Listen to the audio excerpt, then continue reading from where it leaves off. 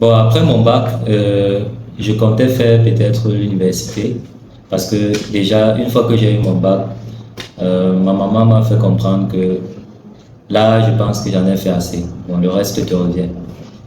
Et quand j'ai regardé ma famille, mes frères et sœurs, mes voisins de l'entourage, ceux qui ont fait déjà l'université, je me suis rendu compte que même avec leur licence, ou d'autres qui sont allés plus loin, ils sont tous rentrés au quartier en se posant aussi la même position où ils sont encore en train de se chercher.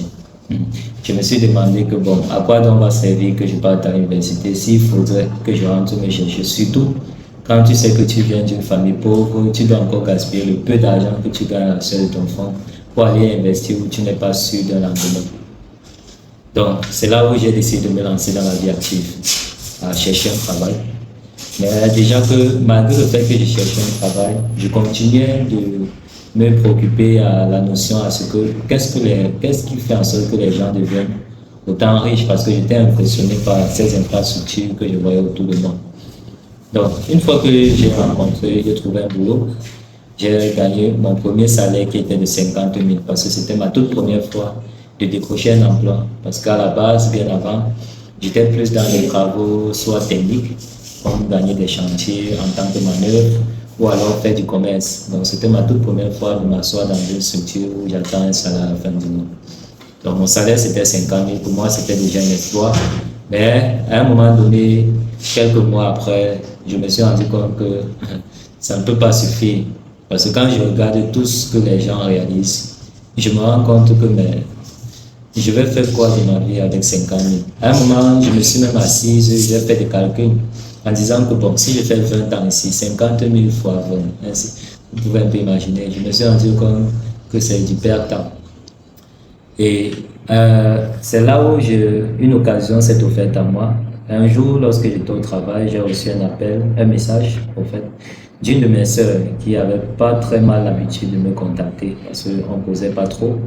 Mais ce jour-là, particulièrement, ça m'a beaucoup marqué de voir son message où elle me demandait quel est mon programme pour ce soir. Elle aimerait m'inviter à un événement. Sauf que c'est l'endroit qui m'a plus marqué parce qu'elle m'invitait dans un hôtel. Donc, j'aime pas trop voulu même trop savoir. Déjà, même qu'elle m'a pas donné les détails sur de quoi il s'agissait. Mais vu que c'était une relation, vu que c'était une famille, je savais que forcément, elle ne pouvait pas m'inviter pour rien. Et c'était une occasion rare pour laquelle je recevais son appel parce que je la considérais aussi comme une personne au moins très sérieuse, donc qui pouvait m'appeler pour des choses importantes. En deuxième tour, c'était le fait que c'était dans un hôtel. Ça pouvait être la plus belle occasion pour moi d'entrer dans un hôtel pour ma première fois. Donc, déjà que je n'avais pas trop connu cette vie-là bien avant, que ce soit ces infrastructures. Donc, c'était une occasion pour moi de visiter pour une première fois un hôtel. Deuxièmement, de découvrir aussi l'opportunité parce que j'étais toujours en quête de recherche. Et c'est là où j'arrive à ce rendez-vous du soir. Nous entrons à l'hôtel, elle nous oriente vers une salle où il y avait un événement. Jusqu'ici, ça restait mystère. Et j'étais d'abord bluffé par l'environnement, qui était pour une première fois. Et lorsque j'arrive justement dans la salle, tout n'avait pas encore commencé. J'essaie de visiter, de contempler l'environnement, que ce soit les personnes qui y sont, ainsi que tout ce qui va. Parce que lorsque j'arrive d'abord à l'hôtel, il y a plein de voitures garées et je me rends compte que j'entre dans une salle où il y a des personnes justement de ce calibre-là. C'était aussi pour une première fois. Et je me demande bien qu'est-ce que je peux bien faire dans ce genre d'environnement où il y a ce genre de personnalité. Alors l'événement commence, on parle d'éducation financière. Cela suscite alors beaucoup mon intérêt, qui pour moi était très marquant parce que ça répondait à beaucoup de questions auxquelles je me préoccupais tant, qui étaient qu'est-ce que les riches font, qu'est-ce que ces personnes qui réalisent autant de choses, ces personnes qui réalisent des immeubles, toutes ces infrastructures que nous voyons en termes de développement, ces personnes qui gagnent autant d'argent que toi-même tu ne sais pas véritablement qu'est-ce qu'ils font que toi tu ne fais pas. Et donc tu essaies de te questionner, tu essaies de faire des recherches, mais tu n'arrives jamais à comprendre véritablement le fond des choses. Ça restait toujours un mystère. Et c'est à travers cette petite éducation financière que j'ai compris véritablement que j'étais juste sur le mauvais côté de la direction. Donc, j'ai juste compris à partir de cela que les riches gagnent de l'argent d'une certaine façon et que les pauvres ne savent pas, parce que j'étais justement de la catégorie. Et c'est de là aussi que j'ai découvert une information qui m'a justement permis de comprendre ce que je pouvais faire pour pouvoir justement être dans le cercle de la richesse. Et c'est là où j'ai découvert le e-commerce système via le marketing relationnel. J'ai donc tout compris à partir de là. J'ai compris que tout ce qui me manquait durant tout mon parcours, parce que la préoccupation au sujet de l'argent, au sujet du succès était parfois trop liée à ce que je voyais autour de moi. Et donc, je n'avais pas véritablement de questions et donc de réponses. Et donc, autour de moi, personne ne pouvait véritablement répondre. Tout ce que j'avais grandi avec, c'était qu'il fallait travailler dur. C'était que la vie n'est pas facile. C'était que c'était l'école qui pouvait me garantir une certaine place dans la société. Parce que selon le cercle auquel j'appartenais, si je ne pars pas loin avec les études, certainement j'ai déjà raté ma vie. Et vous savez, je n'ai pas fait l'université. Pour moi, déjà, avoir eu le bac était déjà comme une définition que si je m'arrête là, peut-être il y a de fortes chances que je ne puisse pas m'en sortir dans cette vie, vu que je n'ai pas fait de grandes études. Cette opportunité m'a permis de comprendre le fait que ceux qui ont même atteint ce succès, même jusqu'aujourd'hui, ceux qui parviennent à réaliser de grandes choses n'ont rien à y voir avec le niveau d'études. Parce que j'en ai rencontré pas mal de personnes à succès dans cet environnement-là, qui gagnent des centaines de millions, qui gagnent des centaines de mille à semaine, et donc dans leur parcours académique, sont parfois liés même à la mienne. D'autres n'ont même pas eu le bac, d'autres c'est parfois moins que ça. D'autres ont même connu des vies parfois que je peux définir moins par rapport à la mienne, parfois plus misérables. Et ça m'a fait comprendre qu'au fait, c'est moi qui étais juste sur la mauvaise direction.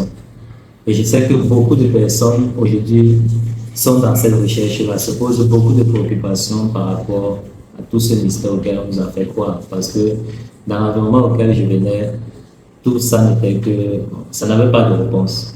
Et quand tu pouvais poser ce genre de questions à n'importe qui, personne ne pouvait véritablement te répondre parce que personne n'avait ce niveau-là. Et je ne voyais personne pour ça. Donc, j'étais dans un cercle assez fermé et cette opportunité m'a permis de rencontrer des personnes assez ouvertes dans ce monde-là auquel je me suis frotté et auquel j'ai parvenu à comprendre véritablement que c'était possible. J'ai réalisé que devenir riche, c'est même la chose la plus facile que de rester pauvre parce que ça ne demande pas toute une vie. Des gens qui te disent que ça prend 8 ans, ça prend 5 ans, ça prend 10 ans. Or, lorsqu'on se rend compte dans le monde de l'emploi, c'est toute une vie. Toute une vie où on finit sans véritable réalisation, sans véritable connaissance de soi. C'est-à-dire qu'on a passé toute une vie où on était en suivi, on est passé à côté de notre vie. Or, le marketing relationnel ou le monde dans lequel entrepreneurial que j'ai connu permet qu'en 5 ans, en 10 ans, tu construis une richesse qui n'est pas le but optime. Parce que l'objectif que j'ai aussi compris, c'est que l'objectif n'est pas l'argent. L'objectif, c'est de construire un système qui va te permettre de gagner cet argent facilement et de pouvoir justement réaliser tes projets. Parce que l'objectif, c'est la vision.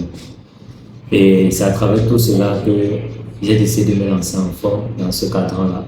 Parce que ça m'a révélé qu'il n'existe que 4 façons. Et ces différentes façons peuvent définir si un jour tu vas être riche ou bien si tu vas finir pauvre. Et j'ai choisi le cadran qui me permettait justement d'aller vers la richesse. Et c'est ce voyage-là que je poursuis et qui me fait de plus en plus progresser financièrement, personnellement, en santé, en relation et même en vision. Parce que plus tu grandis aussi dans ce cadran, plus ta vision devient aussi grande.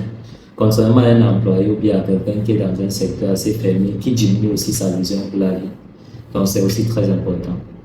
Donc c'était juste une petite anecdote pour vous faire comprendre, à toi qui suis cette vidéo, que certainement tu pourrais être dans la même position que moi quand j'étais il y a 4 ans avant, il y a 2 ans avant, il y a 5 ans auparavant. Alors, je pense que au final de tout ça, ça se résume au fait que tu manques simplement d'informations. Ce n'est pas l'argent qui te manque. Et j'ai donc l'information qu'il te faut. Alors, si tu as suivi cette vidéo, tu peux juste cliquer sur le lien en commentaire pour rejoindre notre groupe afin que nous puissions te partager l'information qu'il te reste pour pouvoir t'orienter à comprendre que la richesse, ce n'est pas un mythe, c'est une science exacte.